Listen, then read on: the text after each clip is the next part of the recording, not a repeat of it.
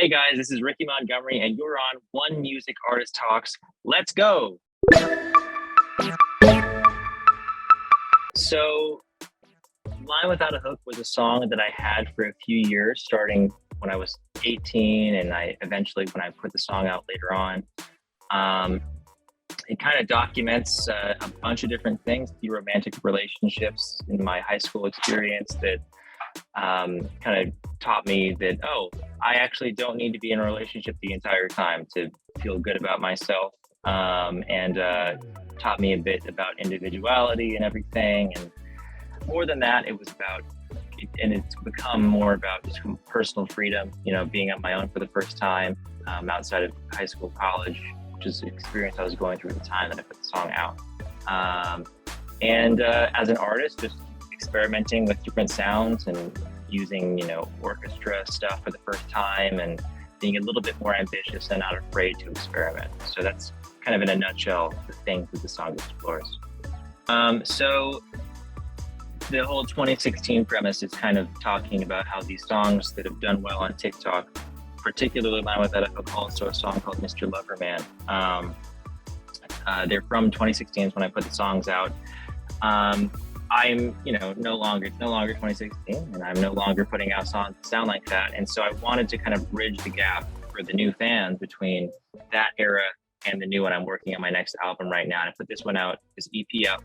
Before then, it's a collection of songs that I wrote around the same time, some of which I considered for that original album, actually, that I now have finished, to kind of, celebrate and also put a cap on that era of my career as an artist, to kind of give people a little bit more of that side of myself, but also kind of carry them over to the next side of things and to the more modern sound that I'm going to be working with from now on. So that's kind of how it came to be and what the unifying concept is. Two of them are kind of more new. Talk to You and Sorry for Me are the newest ones. Settle Down was a song that I really did almost put on that album. But they talk about things that were happening around the same time that I put out that original album. So that's kind of how they're tied into that. And then I Don't Love You Anymore, an acoustic song on there, is a re-release of a song from my side project called The Honey Sticks, which also is about a relationship that I had in 2016. So around the same time that I put that out. And Mr. Loverman Acoustic is obviously, as you mentioned, a re-release, an acoustic version that we originally recorded once the song first went viral. It didn't release until this year. I started playing clarinet when I was a kid. My mom put me in there because she played the clarinet. I hated it a lot. I eventually quit the school band to teach myself how to play guitar. I started playing in bands from like age 14 to now. Started booking myself shows in different bars in St. Louis when I was a little kid. And eventually got a knack for it, started getting kind of wise to the internet and how that all worked. And fast forward to now, I've been lucky enough to have enough experience to be able to survive as an artist on TikTok and beyond. So that's kind of very quickly the highlights and the footnotes. Mr. Loverman is a song that I started writing one day when I was walking to my friend's apartment at night.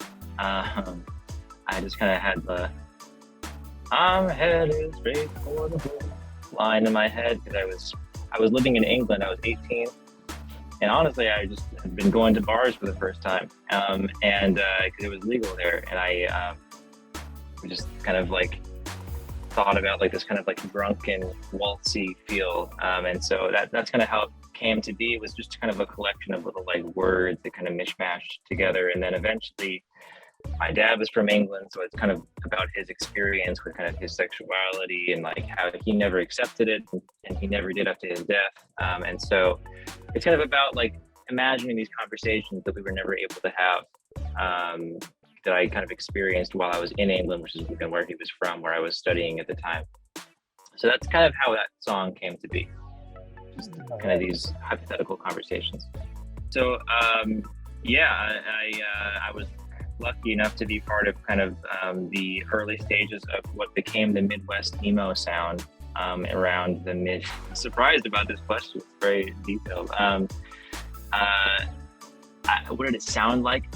It sounded like a very sad pop punk. It was slower, a bit more jazzy, I would say, maybe infused with some prettier chords that were a bit more kind of heady and out there, a little shoegazy. And I would say it just came to be with after a bunch of bands my age and a little younger and a little older. Grew up listening to bands like Green Day and Good Charlotte and My Chemical Romance, and the list goes on and on. Just kind of carrying that sound forward, that kind of punk tradition from that goes as far back as you could kind of pin it on any time period. It's just kids like me being sad and playing shows in dingy bars, and eventually a genre came out of it. So that's my best assessment of that off the top of my head that I can offer. I think it happened to me as it happens to most people that have that happen nowadays. When you're looking at your Spotify back end, you have a chart that shows you how your songs are performing. And we noticed that one or two songs just kept going up and didn't stop going up. They never went down. And so at a certain point, we saw that was happening and going, oh, this will be a nice payday. And then we started getting emails from like Columbia Records, Atlantic Records, and so on and so forth. And then eventually a second song called Down Without a Hook started doing that. And then every other label started reaching out. And so that's kind of what it was like, just seeing numbers tick up and up and up, getting really excited, and then getting completely overwhelmed by emails and Zoom calls and people who want to sign to their record labels and their publishing companies and so on and so forth. So I would say if I do sum it up in one word, it would be absolutely, that's two words, absolutely overwhelming, but in a good way. I think that's just kind of a generational thing. Like they want to emulate the older generations, I think, kind of this rebellious, like anti-establishment thing, whatever. But I always got big on the internet. It was the only place anyone cared about what I was up to. It was on Vine, on YouTube, now on TikTok. So that was just in my DNA for a long time. And before that, I was a computer nerd. I was always playing games like RuneScape or whatever, So I feel like it is simply what you have to be good at these days to survive and to grow and to thrive.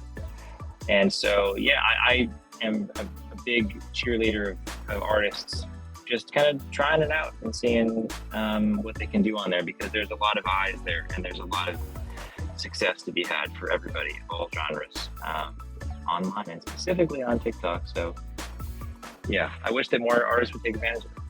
I'm doing nothing but writing right now, and once I get off tour, I'm actually at the back of my tour bus right now. I'm on tour, and the moment I get home, I'm just jumping right into the studio and trying to knock this album out as quickly as I can. So I've got some songs are already done. I'm hoping to play some of them on my next tour. We will see. There's every reason to expect more music on the horizon, because it's all I am doing when I'm not on the road. So hopefully very soon. Settle Down was a song that I started writing around 2016. I was dating somebody who lives in New York. I lived in LA. I met her when she came to stay with me when she had to do this video thing in LA, and I thought nothing of it at the time. But then we totally fell for each other, and she was like, wow, I should move to LA now. And then that's kind of the opening line of the song, is like, she kept promising that she was going to it. And at first it was like next month, then it became 2 months, and then so on and so forth. So it's about me realizing that I'm not actually going to settle down with this person. And that's kind of, it in a nutshell. And it's evolved over the years to now be about me settling down with my new lifestyle, my new career. So it's kind of taken on a new meaning, at least for me. Sorry for me would be the answer to that question, because one, I think I'm going to be working with that producer a lot. So that's one reason.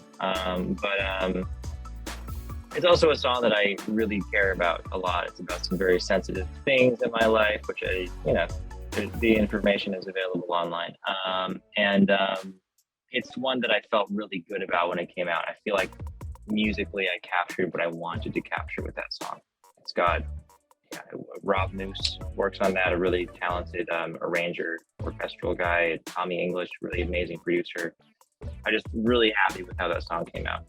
Abe Laboriel Jr. on drums and bass. There's a lot to enjoy. Thank you so much for all the love and support. I will be there as soon as I can. I wish I could be there tomorrow. Unfortunately, that's not possible, but we are working on it. Everybody on my team is laser focused on getting me out there as soon as we can. So thank you for everything. I will see you when I can.